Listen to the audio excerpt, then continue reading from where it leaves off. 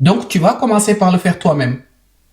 Et c'est là où tu te rends compte que ce que nous considérons comme étant essentiel dans le couple, ce ne sont en réalité que des choses accessoires. Et c'est là où se trouve le véritable problème. Nous avons perdu de vue la finalité du couple. La finalité du couple, ce n'est pas d'avoir une femme qui fait le ménage, qui te donne à manger, qui te fait tes habits, qui s'occupe des enfants. Parce que si cette femme s'en va demain, tu vas te débrouiller tout seul en tant qu'homme.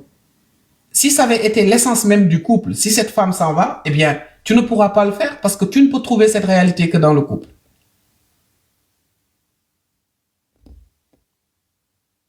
Et vice-versa. Si une femme pense que être en couple, c'est avoir un homme qui nous entretient, si cet homme s'en va, qui va vous entretenir finalement? C'est vous. Vous allez essayer de travailler. Donc, ce n'est pas forcément quelque chose d'essentiel.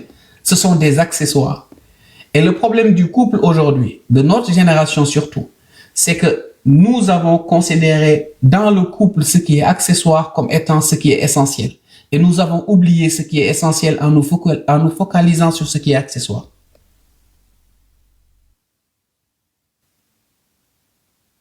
Nous sommes en train de parler du couple TOS.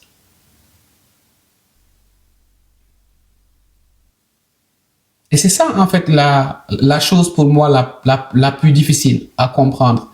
C'est que nous avons pris ce qui est accessoire dans le couple et nous en avons fait quelque chose d'essentiel. Et nous avons pris ce qui est essentiel et nous l'avons considéré comme étant quelque chose d'accessoire. Quand tu demandes à un homme, tu veux une femme? Oui, je veux une femme, mais je veux qu'elle fasse le ménage pour moi. Je veux qu'elle sache cuisiner. Mais ce sont des choses accessoires. C'est pas essentiel. C'est pas essentiel dans la mesure où, comme je l'ai dit, si cette femme s'en va demain, ne serait-ce qu'elle parte en voyage, tu seras obligé de le faire tout seul. Quand tu demandes aux femmes, j'aimerais avoir un homme, ou bien pour moi, un mari, c'est quelqu'un qui entretient la maison financièrement, quelqu'un qui s'occupe des factures. Mais si cet homme s'en va, les factures, tu vas finalement commencer par te débrouiller tout seul.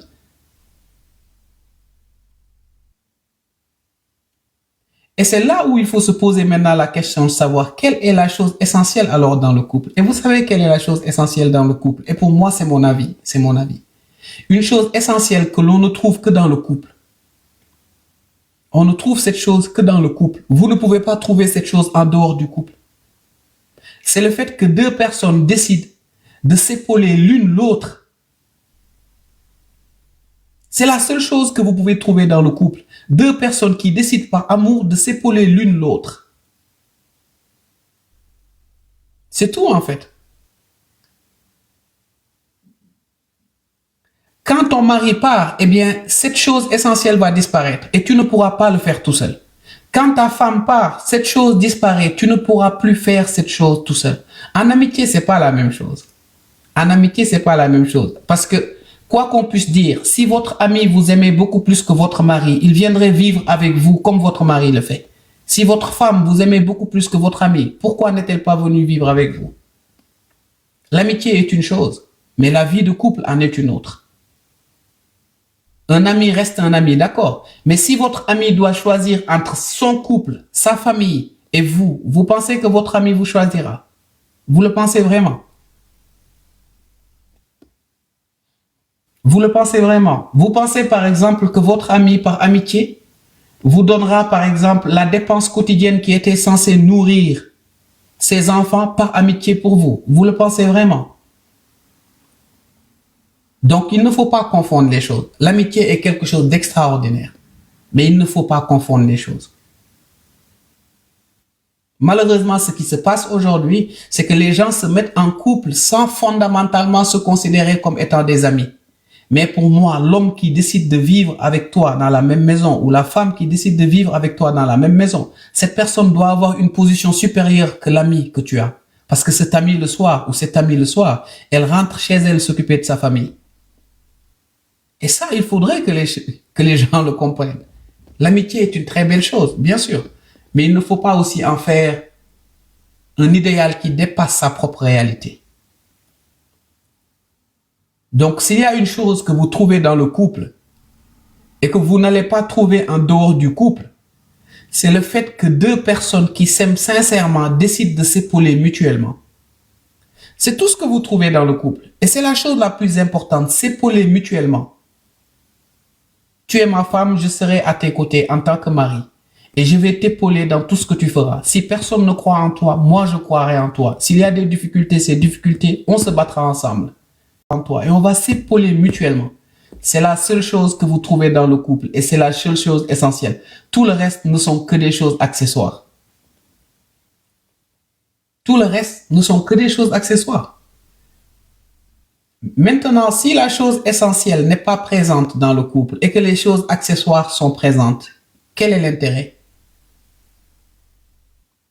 Si cette femme vous fait à manger, si elle s'occupe de la maison, si elle s'occupe des enfants et qu'elle a l'impression de ne pas être épaulée dans ses difficultés, dans ses traumas et tout le reste, quel est l'intérêt? Si cet homme s'occupe de la maison, s'occupe des factures, s'occupe des dépenses, mais qu'il a l'impression d'être tout seul dans son combat, ce combat qu'il mène, quel est l'intérêt? Et aujourd'hui, notre problème, c'est ça. C'est que nous avons, quand on définit le couple, on le définit qu'à travers les choses qui sont accessoires.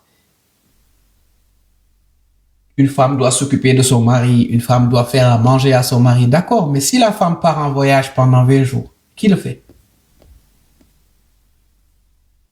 N'est-ce pas que le mari finit par se débrouiller? S'il se sépare, qui le fait? N'est-ce pas le mari finit par se débrouiller? Donc en réalité, ce n'est pas fondamentalement la chose la plus essentielle. Un mari doit payer des factures, un mari doit subvenir aux besoins de sa famille. Oui, c'est vrai. Mais il y a une chose essentielle qui vient avant.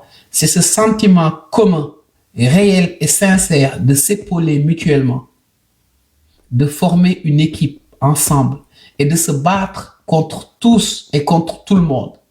C'est ça l'essentiel. Et c'est dans cet essentiel-là que vous allez retrouver les accessoires. Quand des gens décident de s'épauler mutuellement, eh bien cette femme, elle s'occupera de son mari parce que s'occuper de son mari, c'est une manière de l'épauler. Cet homme aussi subviendra aux besoins de cette famille parce que subvenir aux besoins de cette famille n'est que la conséquence logique du fait de dire à cette femme, je vais t'épauler.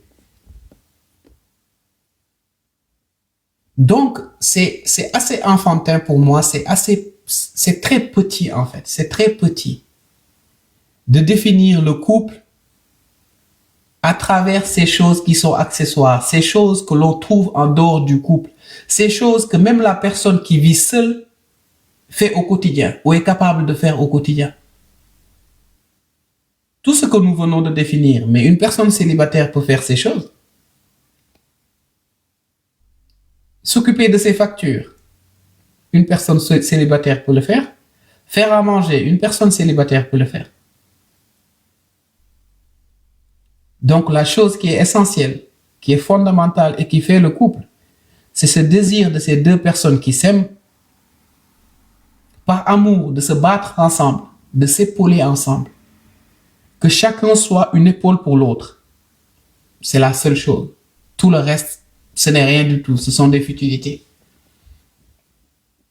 Et c'est là où vous vous rendez compte, par exemple, quand vous divorcez, quand vous vous séparez. Quand vous vous séparez, par contre, vous vous rendez compte que dès que le couple est dissous, cette réalité disparaît en même temps que la dissolution de ce couple. Cette réalité, elle disparaît. Vous ne pouvez plus vous épauler tout seul parce qu'il y avait quelqu'un qui était à côté de vous.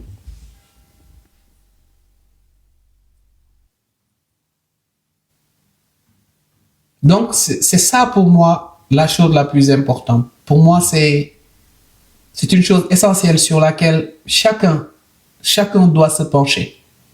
Quand vous êtes avec quelqu'un, quand vous êtes avec votre femme, quand vous êtes avec votre mari, la chose qui est la plus importante, c'est de se poser la question de savoir à quel point suis-je une épaule pour cette personne.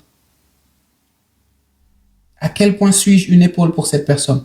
À quel point suis-je un point d'appui pour cette personne? À quel point suis-je là à épauler cette personne?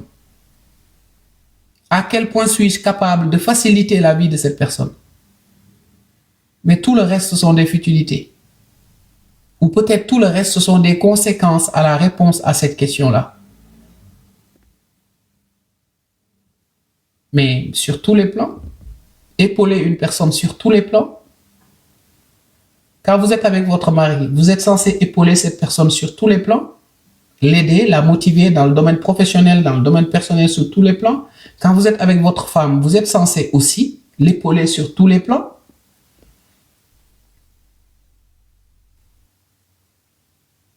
Mais nous, dès qu'on parle de couple, quand vous demandez aux gens quel est le rôle de la femme, c'est elle doit rester à la maison et s'occuper des enfants. Ok, mais si cette femme s'en va, qui va le faire?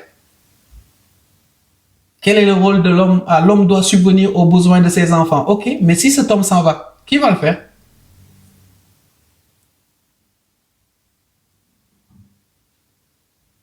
Ce qui est le plus important, ce qui est le plus important, c'est d'avoir cette responsabilité commune et cette compréhension aussi qui doit être présente. Que quand vous êtes à deux, vous formez une équipe. Et l'équipe que vous formez, par contre, c'est cette équipe-là qui va permettre que vous puissiez, par exemple, en tant que femme, dire je m'occupe de mon mari et que le mari se dise en tant que mari, moi je vais m'occuper de ma famille. Mais il faut déjà se poser ces questions qui sont les plus importantes. Tout le reste, c'est pas important. Parce que si vous formez réellement une équipe,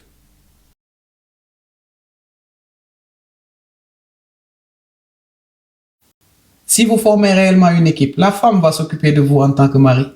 Si vous formez réellement une équipe, cet homme va subvenir à vos besoins en tant que femme.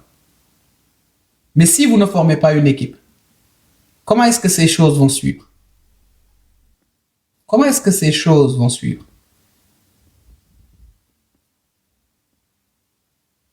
Ça va être compliqué. Merci beaucoup. Ça va être très compliqué. Donc, je pense que c'est une idée. C'est juste un début de réflexion. Et je voudrais que nous tous, en fait, que nous soyons, je voudrais que nous tous, nous soyons en mesure de réfléchir là-dessus et d'éviter de